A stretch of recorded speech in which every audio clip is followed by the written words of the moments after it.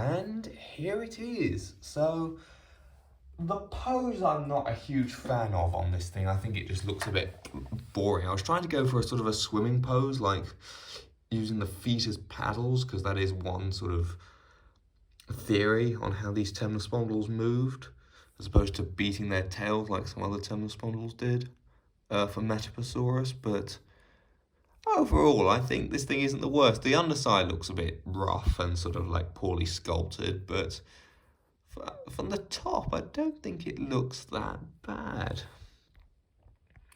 And I do like the patterning. The pattern wasn't intentional. I just sort of sponged on some light brown, but it didn't cover the whole thing.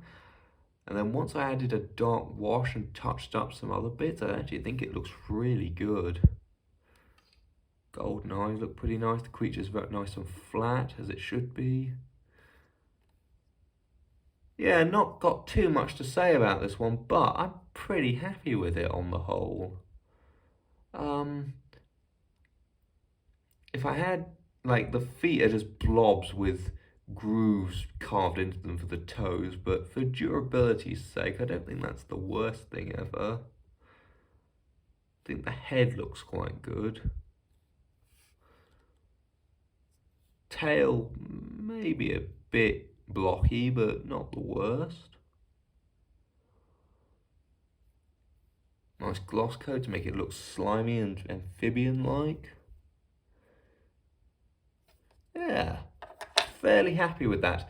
Moving on to some size comparisons, let me just quickly grab my consistent size comparison, be right back.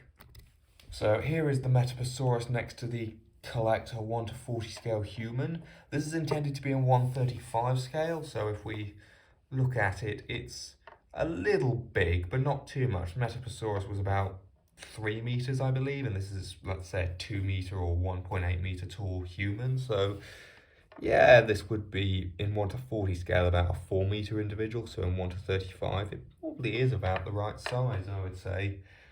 Moving on to something that's definitely not in scale, we have the Collector Deluxe Liswichia for another Triassic animal. Obviously this is in 1:20 scale, so it's like too big. We also have something else in 1:20 scale, that being the only mainstream like Temnospondyl figure that I know of, that being the Collector Deluxe Coolosuchus, and as you can see, it just dwarfs my Metoposaurus. And then for one final size comparison, just a random one, we've got the Carnegie Baryonyx, which, as we can see, is quite a bit bigger. This is quite a small model.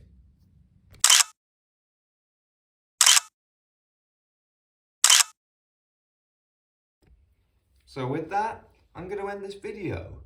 Thanks for watching. If you have any ideas on what I could do to improve my models, please leave them down in the comments below to let me know what you like, what you think, again, could be improved.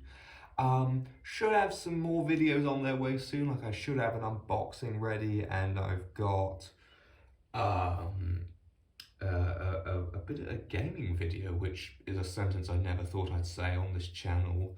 But with that, please like, subscribe, all those other things I'm supposed to tell you to do as a YouTuber. Bye.